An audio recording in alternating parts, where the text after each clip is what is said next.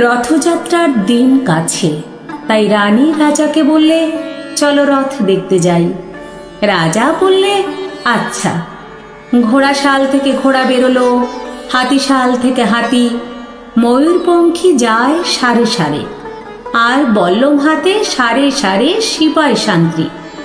দাস দাসী দলে দলে পিছে পিছে চলল। কেবল বাকি রইল একজন। রাজবাড়ির ঝাঁটার কাঠে কুড়িয়ে আনা তার কাজ। সর্দার এসে দয়া করে তাকে বললে, ওরে তুই যাবি তো আয়। সে হাত জোর করে বললে, আমার যাওয়া ঘটবে না। রাজার কানে কথা উঠল, সবাই সঙ্গে যায়, কেবল সেই দুঃখীটা যায় না।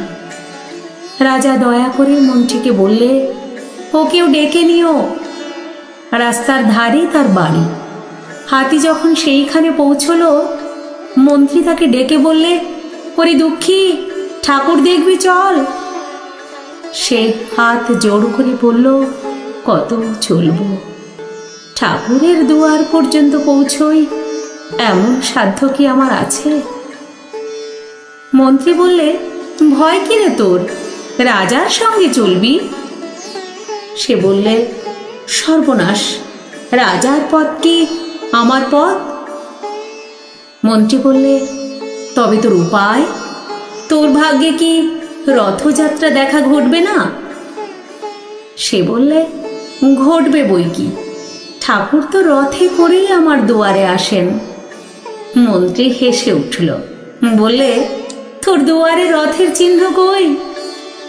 দুঃখী বললে, তার রথের চিহ্ন পড়ে না। মন্ত্রী বললে, কেন বলতো? দুঃখী বললে, তিনি যে আসেন পুষ্পক রথে। মন্ত্রী বললে, কই রে সেই রথ? দুঃখী দেখিয়ে দিলে, তার দুয়ারের দুই পাশে দুটি সূর্যমুখী ফুটে আছে।